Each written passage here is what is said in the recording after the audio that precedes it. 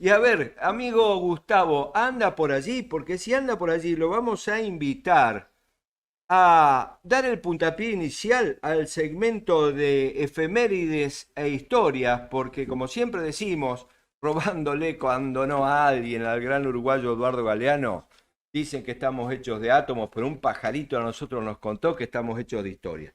Dígame, Gustavo, usted, que es un gran buceador de este acervo que construye nuestra identidad, ¿por qué los siete granaderos?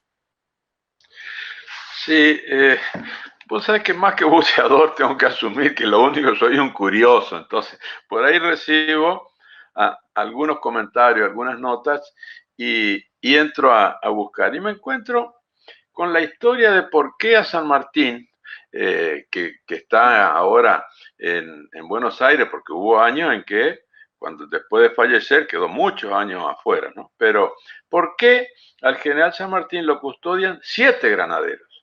No 6 ni 10, 7. Dice que en 1826 regresaban a Buenos Aires los últimos 76 granaderos de la cruzada independentista. No los recibieron con loas ni nada, ni nadie. O sea, casi, bueno, no voy a referenciar a algo más moderno. Volvían, volvían andrajosos, enfermos, después de 10 años de no ver a su familia ni su terruño. 1826. Los repartieron en diferentes reparticiones del ejército. Así nomás, como si fueran comunes soldados. Rivadavia, Rivadavia, Bernardino, bueno, Hugo tiene el nombre completo de Bernardino Rivadavia. Después de su llegada, directamente decidió disolver el cuerpo de granaderos. 54 años más tarde, el 28 de mayo de 1880, llega al puerto de Buenos Aires el vapor Villarino. Traía los restos del general San Martín a su morada final. Por entonces, tantas décadas después, solo quedaban 7 granaderos vivos. Y sin ponerse de acuerdo, se visten con sus andrajosos uniformes, guardados con mucho cariño y respeto, y a caballo marcharon a recibir los restos del general San Martín. Lo acompañaron hasta su tumba y se quedaron en guardia toda la noche. Don José había vuelto a la patria. Todos lo vieron, todos supieron que esos eran granaderos. Al alba dejaron su guardia y no los volvieron a ver. Jamás supieron sus nombres, jamás se los preguntaron. Años después, Roca firma el decreto creando el regimiento de granaderos con base al mejor de caballería, usando de parada el uniforme diseñado por San Martín. Pero fue Figueroa Alcorta quien los nombra a los granaderos como escolta presidencial. Y desde entonces, todas las mañanas, marchan 7 granaderos desde la Casa Rosada hasta la catedral. En la catedral de la ciudad de Buenos Aires es donde están depositados los restos del general. 7 granaderos turnándose al cabo del día en la guardia para custodiar a don José. Por eso son 7 y no un número mayor o par. Por los 7 anónimos que lo escoltaron y cuidaron en su primera noche. Bien. Así que este es un homenaje a todos esos seres anónimos que nos permiten hoy tener una patria. La obligación de defenderla y fundamentalmente continuar y lograr la definitiva independencia. Así que me pareció algo para tener en cuenta, ¿no? Porque en general los que se destacan son precisamente los generales. Estos eran soldados. Bien, Gustavo, excelente. Esperamos, confiamos en que nuestra audiencia haya disfrutado de este relato que tan bien hilvanaste Y se me ocurren un par de cosas sobre esto que señalabas un par de veces, el anonimato, los 7 granaderos desconocidos. Primero, que ellos fueron los adalides de la memoria en su momento, los que dijeron nos plantamos. Serán andrajos los uniformes, pero por dentro está viva la llama de nuestra lucha por la independencia, de lo que fuimos y de lo que estamos llamados a ser. Y por otro lado, pensaba también, claro, en nuestra época que nos han sacado los próceres de los billetes recientemente, ¿no? Y no vamos a hablar acá en contra de la naturaleza y los animalitos, nosotros que somos bomberos precisamente, pero que por algo se lo hizo.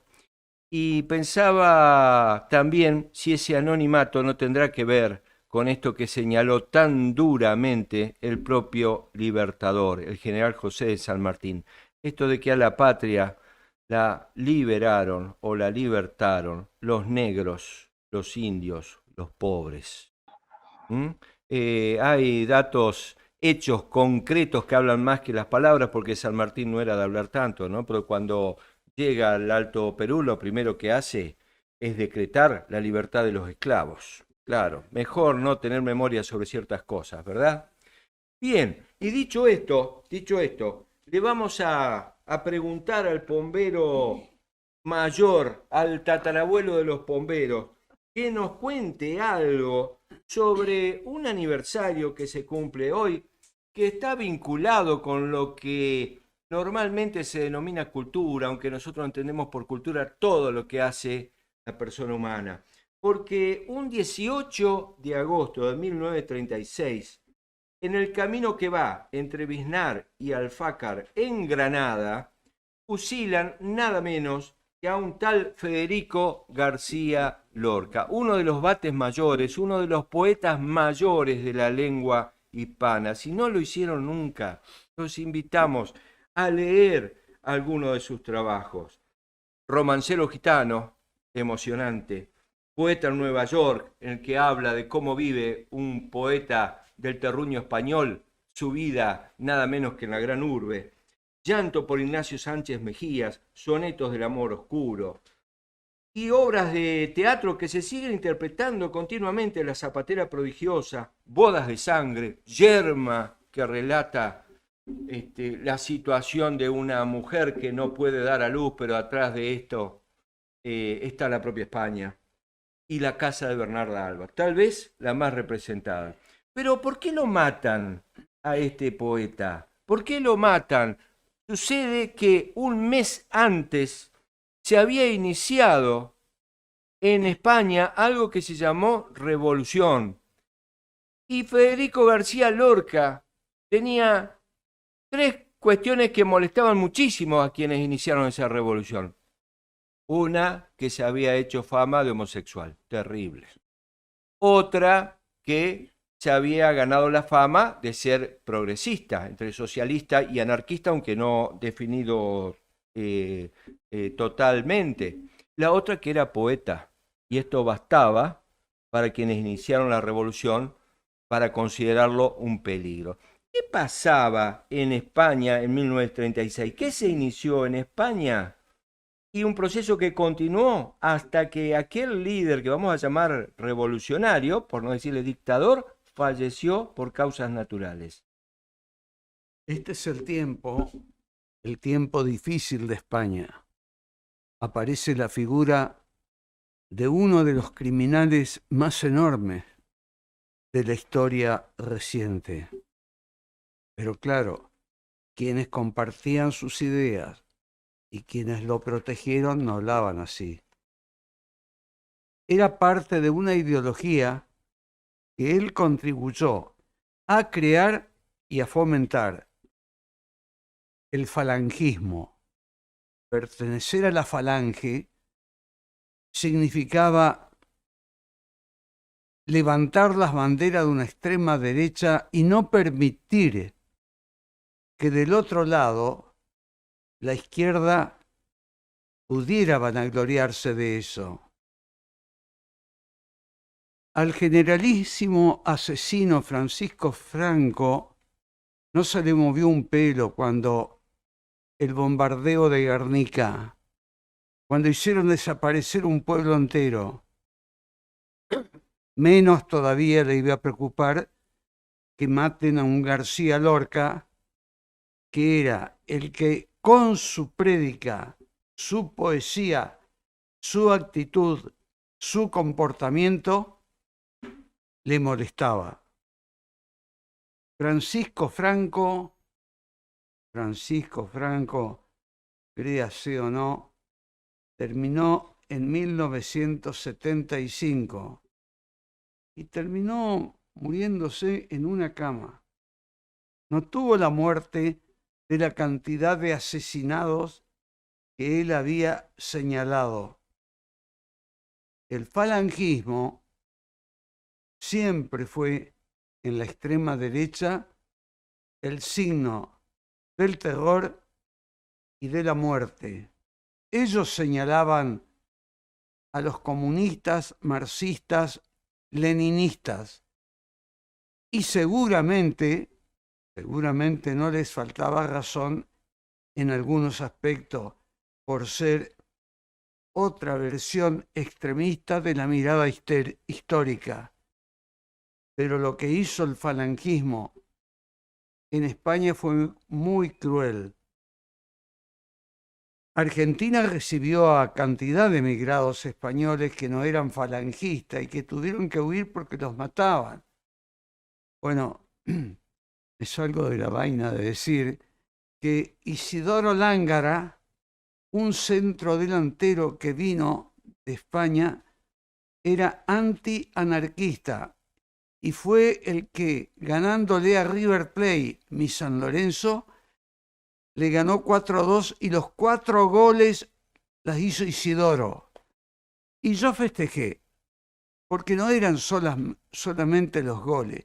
Cada vez que se reitera la fecha, estamos diciendo nunca más a este criminal falangismo. Muy bien, Hugo, extraordinaria tu evocación, salvo el tema futbolero. Debe haber sido el único partido que ganó San Lorenzo, pero bueno, ¿qué le vamos a hacer? Bueno, hablando en serio, ¿por qué le dedicamos este tiempo? También nos mueve a pensar cómo es que en todas esas décadas, porque el afán asesino de este proceso que se inició en España con el generalísimo Franco no se detuvo con la simple revolución, sino que fue un reino del terror hasta que falleció. Al punto tal que en Europa se decía que Europa finalizaba en la frontera con España. Y era por esto, no solo por la soberbia francesa que también existe, ¿no? Y a ninguna potencia occidental, a la ONU o a ningún otro organismo internacional se le ocurrió algún tipo de sanción a España, que hubiese sido triste porque ese tipo de sanciones económicas sabemos sobre quiénes repercuten, ¿no? Que es sobre el pueblo, sobre los más pobres. Pero fíjense la diferencia que tenemos hoy con otros casos candentes. Continuamos con las efemérides porque un 21 de agosto, muy próximo al día en que nos encontramos, pero del año 1946, el Senado de la Nación sancionó una ley que sería promulgada un año después y sobre la cual había hablado un tal Juan Domingo Perón y su esposa Eva Duarte en campaña. ¿De qué ley estamos hablando, Huguito, que llevaba el número 13.010? Era la ley que otorgaba a la mujer, ¿Sí? A la mujer el derecho... Lea nomás. No, que otorgaba a la mujer los derechos políticos. Ahí digamos. está. Lo digo esto porque era la época del peronismo con María Eva Duarte y entre otras Delia Parodi. Fueron puntales de ese trabajo por la mujer. Y no solamente por la mujer que habitaba los círculos de armas, el Jockey Club o la sociedad rural. Era la mujer de los estratos medios y populares. ¿Cómo no iba a ser bien recibido esto? Eso fue un agradecimiento eterno para la gran nación popular que conformaba en ese momento el peronismo, a los que se fueron adhiriendo otros sectores.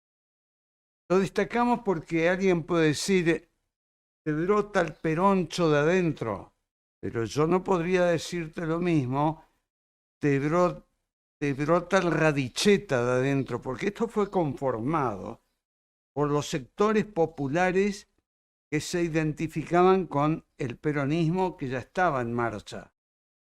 Y ese voto a la mujer significó darle ciudadanía y carta de presentación a todo el ente femenino que supo agradecer y que luchó constantemente para que cantidad de reclamos llevados a cabo por ellos se pudieran concretar. Claro. Y qué cosa, ¿no? Porque como señaló, insinuó Hugo, siempre estas conquistas de derechos suponen una lucha contra los sectores más conservadores que siempre encuentran algún motivo, alguna razón para oponerse. Y en este largo camino que había iniciado una tal Julieta Lanteri, que dicho sea de paso consiguió votar allá por comienzos del siglo, gracias a un recurso judicial, a un amparo judicial, lo cual también da para tener esperanzas, digamos. Y en aquel entonces hubo un juez que consideró que tenía que permitir votar a una mujer o que no se le podía impedir ejercer su derecho ciudadano por ser mujer. Bueno, hoy tal vez algún juez despabilado y con corazón mínimamente inmaculado quede o se despierte o se indigne por las cosas que estamos sufriendo como sociedad y las iniquidades que muestra el Poder Judicial, ¿verdad? Exacto. Pero yendo a los derechos que consigue la mujer a partir de la sanción de esta ley y que conlleva una larga lucha, conlleva una muy larga lucha, en septiembre de 1947, un mes y algo más después de la promulgación de la ley, la CGT organiza un acto para resaltar este logro. Fíjese usted, ¿no? No sé cuánto camino recorrimos en cuanto a la presencia femenina dentro de los órganos de conducción sindicales. Salvo algunos gremios en particular, como el docente, por ejemplo, poco se ve. Pero bueno, cuestión que la CGT organiza el acto y habla, evita, y dice, ¿qué cosas, querido Negro? Dice lo siguiente: mujeres de mi patria, me tiemblan las manos al contacto del laurel que proclama nuestra victoria. Aquí está resumida en la letra apretada de pocos artículos una historia larga de luchas, tropiezos y esperanzas. Por eso hay en ella crispaciones de indignación y sombras de amenazadores, pero también alegre despertar de auroras triunfales. Esto último traduce la victoria de la mujer sobre las incomprensiones, las negaciones y los intereses creados de las castas repudiadas por nuestro despertar nacional.